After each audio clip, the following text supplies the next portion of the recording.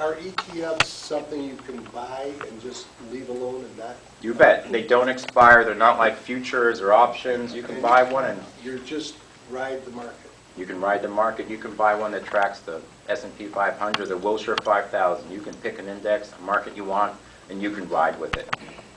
Andrew? Yes, Neil. Oh, is that on a, Come on up. just take a second.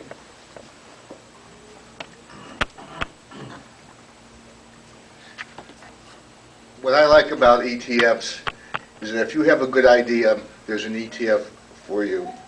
Who was the gentleman who just came back from Italy? There's an Italian ETF. Yes. So if you're impressed with the country, the lifestyle, think you may want to retire there, it's be very difficult for you to go and buy the Italian stock market.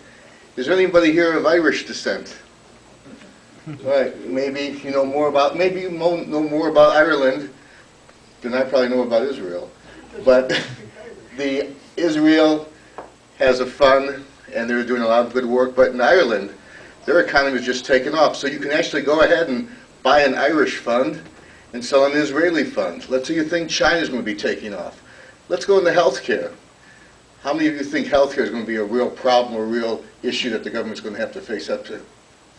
How many of you think no matter who gets in next year, be it Republicans or Democrats, healthcare is going to be something that the government's going to have to fund?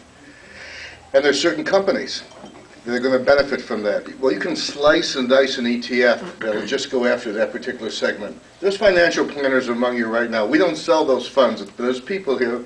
I'm sure he can help you too, which funds are going to be doing that.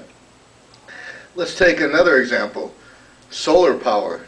I mean, you think we'd be paying $10 for gas forever? There are solar power funds. Yes, they're new companies. Some may not take off, but you buy the entire group rather than trying to pick things out. I think what bothers me personally when I watch CNBC, and I taught a course about the stock market at the Chicago Mercantile Exchange, CNBC wants you to pick a particular stock. And you know, I don't know anyone who is really that good. There was a young lady in the 1920s by the name of Angela Adams who helped people like Charles Lindbergh and Charlie Chaplin. And she said as far as she was concerned, the stock market was going to go to the moon. She said that in the fall of 1928. And now, you don't know. You can't predict the future. God knows the future, and he doesn't really reveal it to anybody. But we do know that diversification is the best thing to do. I mean, I wouldn't want to have all my stocks in Burma right now.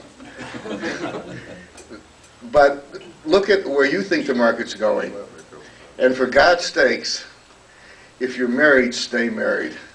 Because the worst out-trade in the world is a marriage, emotionally and financially. So, and usually we find that people who have good marriages and good relationships tend to have good financial portfolios. So, I'm not a marriage counselor either. But the slicing and dicing of ETFs are here in the future. And I would say, if you email us, Andrew will give you his card. We'll keep you informed of all the various newsletters and new ideas that are coming up. If I would have told you, ladies and gentlemen, would you thought I was crazy if I would have told you that oil would be over $125 a barrel? What would you think? What is this guy doing? What is this guy smoking? If I would have told you that homes in Vernon Hills would be 10 to 15% less, you'd say, hey, get him out of here. He has no idea. Doesn't he know what the National Association of Realtors says? That homes can never go down? Unbelievable. Or someone would have told you that 40,000 people could die in one day, and a major country does not even want someone to come in and help them? Doesn't matter if you're Jewish, Christian, Hindu, Muslim, that the government can say to its own people, don't come in and help? I mean, these are just, you don't need to read Ripley's Believe It or Not. So when you look at some of these ETFs, try and think of the future. I don't want you to think this is some Johnny-come-lately idea. How many of you are familiar with something called spiders? Well, our family owns spiders. They came out in 1998. And the QQQs, they came out in the late 1900s. So this is just the next area that we're dealing with.